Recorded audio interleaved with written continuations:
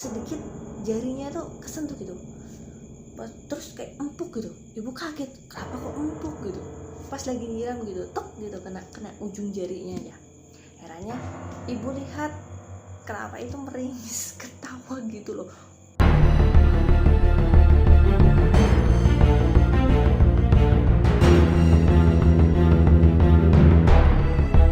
Halo, saya Nana. Selamat datang di video ini dan terima kasih sudah mengklik video ini. Nah, ngomong-ngomong tentang zaman dulu ya, aku ada sedikit cerita dari ibuku sendiri yang kita tahu zaman apa?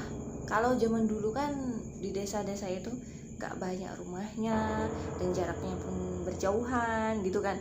Nah, ibuku ini dulu kalau mau mandi dan wudhu tuh ke sungai gitu.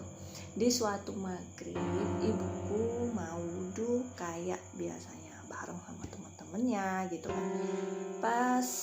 Nah kejadiannya tuh pas ibu di pinggir sungai, jadi mereka tuh wudhunya berjarak antara si teman sama si ibu aku itu ya, ada jaraknya kira-kira 2 meteran lah. Wudhu pas ibu lagi kan cuci muka gitu kan. Terus pas sampai di bagian tangan ada tuh kayak gedenya buah kelapa ngambang di sungai itu, ngambang gitu di dekatnya ibu pikir itu buah kelapa ya, iseng lah ibu siram gitu kan sambil supaya si kelapa menjauh gitu maksud ibuku. Tapi kelapa itu malah ngedeketin dong, sampai jari ibu tuh nggak sengaja sedikit jarinya tuh kesentuh gitu, terus kayak empuk gitu. Ibu kaget, kenapa kok empuk gitu, pas lagi nyiram gitu, tek gitu, kena ujung jarinya ya. Herannya ibu lihat kelapa itu meringis ketawa gitu loh, lebar banget sampai kelihatan mangap gitu. Terus ada matanya, jadi kelapa ada matanya, giginya gede-gede katanya. Gak bisa dibayangin kalau apa iya sih zaman dulu emang kayak gitu ya kan. Biasa ya,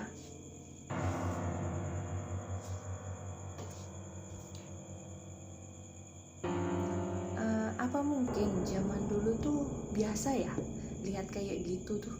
Jadi ibuku tuh cuma menghindar gitu, terus deketin temennya buat lanjutin wudhunya. Iya, nggak cerita apa-apa, langsung wudhu gitu aja.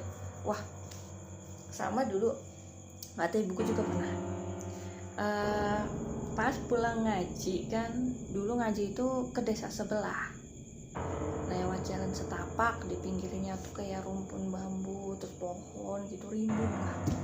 Ini ceritanya mungkin orang zaman dulu pasti banyak ngalamin ya. Biasanya kan rame-rame gitu kata ibuku, sama teman-teman ngaji bareng.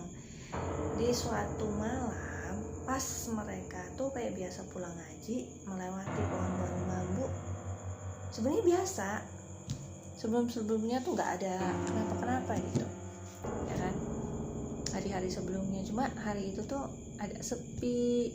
Terus tahu pas sampai di pohon bambu itu, pohon bambunya itu yang merunduk satu per satu, mereka buru-buru lari tuh sambil teriak lari gitu kan, panik ya, takutnya mereka nanti nggak bisa lewat kalau soalnya pohon bambu itu kan nunduk menghalangi jalan gitu loh.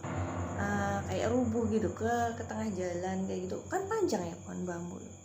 Nah ibu tuh sempat nengok ke belakang pada saat kejadian itu, sempat nengok ke belakang, katanya ada beberapa sosok gitu kayak anak-anak kecil lompat di sekitaran pohon bambu itu yang mulai roboh itu tadi. Di sebelahnya tuh ada sosok hitam dengan matanya yang merah, besar banget katanya matanya itu. Setelah beberapa lama mereka lari kan, ngerasa aman, mereka berhenti, masih dengan ngos-ngosan gitu. Nah kalau dulu itu rumah warga emang agak jauhan, yang kita ceritakan dari awal tadi ya, memang agak jauhan gitu kan, biasanya terpisah oleh kebun atau agak lapangan kayak gitu, tanah lapang lah.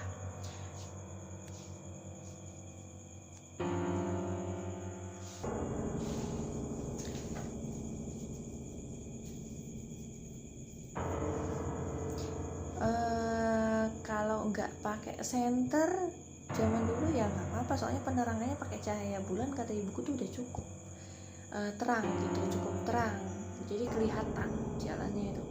Oke, ibu jalan ke rumah, kan yang habis lari tadi tuh ya kan. Nah terus berhenti. Oke, ibu jalan ke arah rumah, melewati jalan yang banyak pohon, yang lumayan rimbun yang kita ceritakan tadi, yang memang ada kayak tanah, kayak kebun lah, kayak gitu kan. Udah ngerasa aman, ibu tuh jalan karena udah nggak jauh dari rumah katanya gitu. Nah, ibu tuh ketemu seekor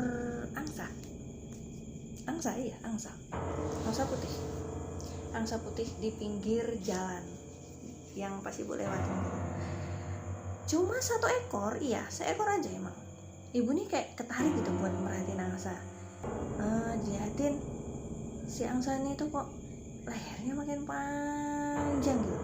Dari yang asalnya ibu lihat ke bawah gitu kan, sampai kayak gini loh. Tuh, kayak gitu.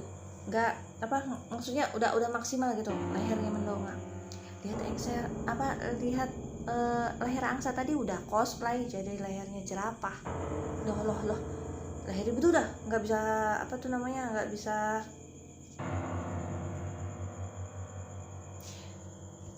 leher ibu tuh udah maksimal dongaknya itu, mendongaknya maksudnya dongaknya bukan dongak doa, mendongak. Nah gitu, udah maksimal.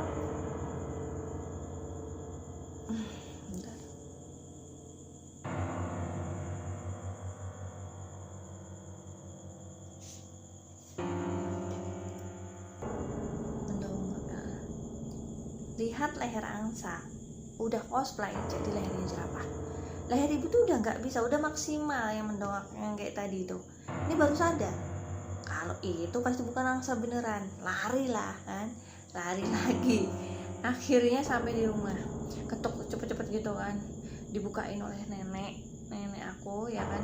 Ibu yang mau terus kan nutup pintu tuh, ibu tuh yang mau nutup pintu karena ibu yang pas nenek masuk. Akhirnya sampai rumah, dibukain sama si nenek aku. Yang mau nutup pintu tuh ibu. Setelah dia masuk, kita mau tutup pintu kan. Nah, nutup pintu mau nutup pintu. Ibu tuh lihat di pelataran yang dilewatin ibu tadi.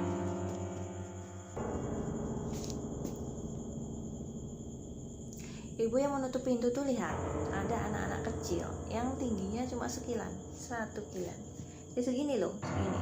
Nah gitu, bertiga lari-larian, gak pakai sendal, cuma pakai sejenis kayak popok bayi gitu loh, yang zaman dulu itu pakai popok kain ya. Sial banget kata ibuku malam itu. Baca bismillah, tutup brak sudah pintu tuh. Besoknya ibu sakit demam beberapa hari, nggak berani cerita ke siapa-siapa juga katanya. Nah gitu tuh. Tapi anak-anak kecil tadi itu yang di sana tadi ya, yang ngikutin sampai rumah tuh loh, dari pohon bambu tadi, bukan ya? Atau itu makhluk ngomong-ngomong kan, mungkin tuh anak-anak kecil yang tingginya cuma sekilan. Bayi aja ukurannya berapa ya kan, bayi yang baru lahir ya kan. Wah, itu sih sedikit cerita tentang masa dulu ibunya aku, yang mungkin sebagian dari kita tuh ada yang sempet ngalamin. Boleh ya, tolong komen aja di bawah gitu, siapa sih yang mungkin sebagian dari kita sempet juga ada yang sempet ngalamin. Boleh dong komen di bawah ya. Oke, next time di video yang lain kita bagi-bagi cerita lagi. Sampai jumpa di video berikutnya. Dadah.